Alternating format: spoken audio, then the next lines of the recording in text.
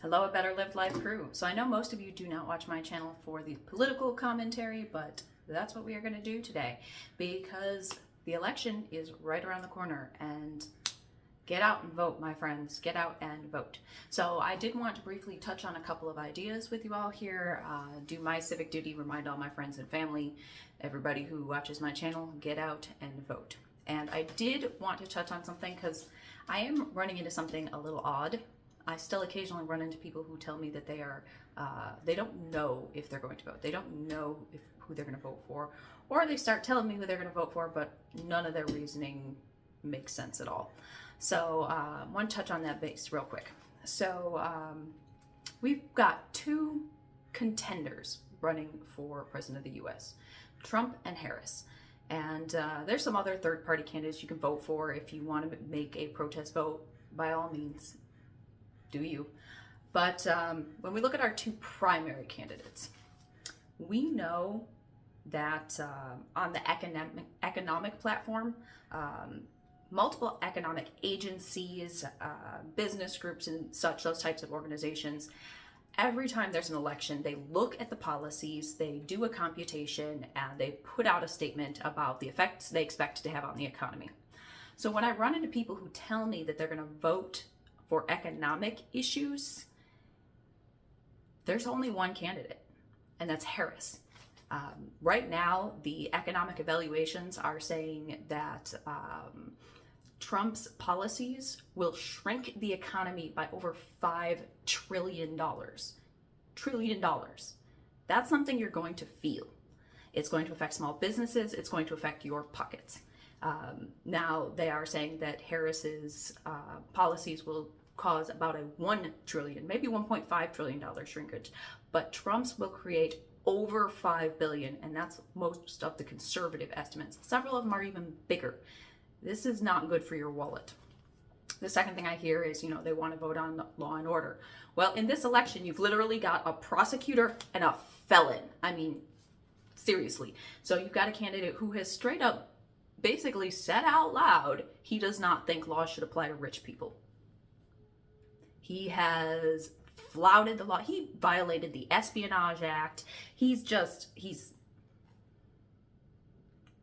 have a criminal and you have a prosecutor. This is not a hard one. And just in case if you're like, oh, but the files, he had them safe. He had them in a place that was known to be frequented by spies.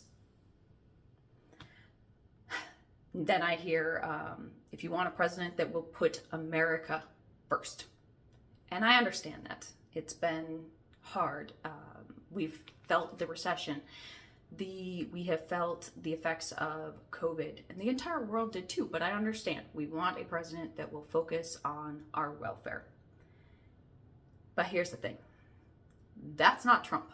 Trump has never focused on anyone but himself. Those Bibles were made in China, as were most of the other stuff that he has sold. Those tariffs he keeps proposing, those are paid for by you and me. That is not good for us.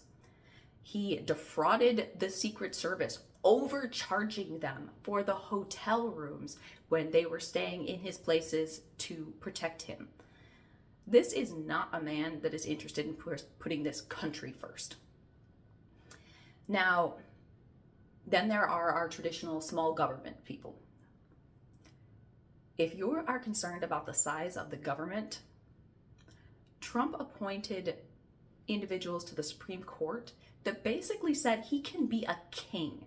A king is the opposite of small government. Somebody who has no limits under the Constitution, that person can get all up in your business, in your house, in your bedroom, in how you go to work. Like, that person has all of the authority. And the Supreme Court said, yeah, as long as it's like part of your job, even just a little bit, go ahead and do it. That is not small government.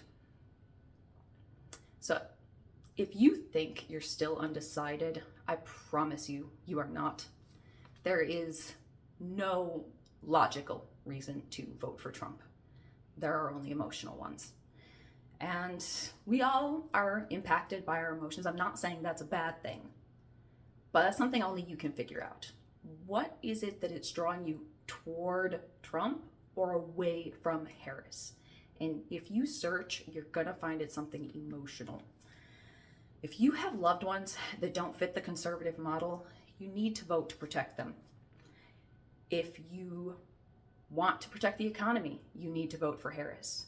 If you want law and order, you need to vote for Harris. If you just want a safe society, if you want a place where no one is above the law, if you want to be able to send politicians to jail when they are problematic, which I'm all for, you need to vote for Harris. So, go vote. We need to drown Trump in votes against him. This way, maybe we'll get some sanity back and politics will go back to being mostly a boring activity.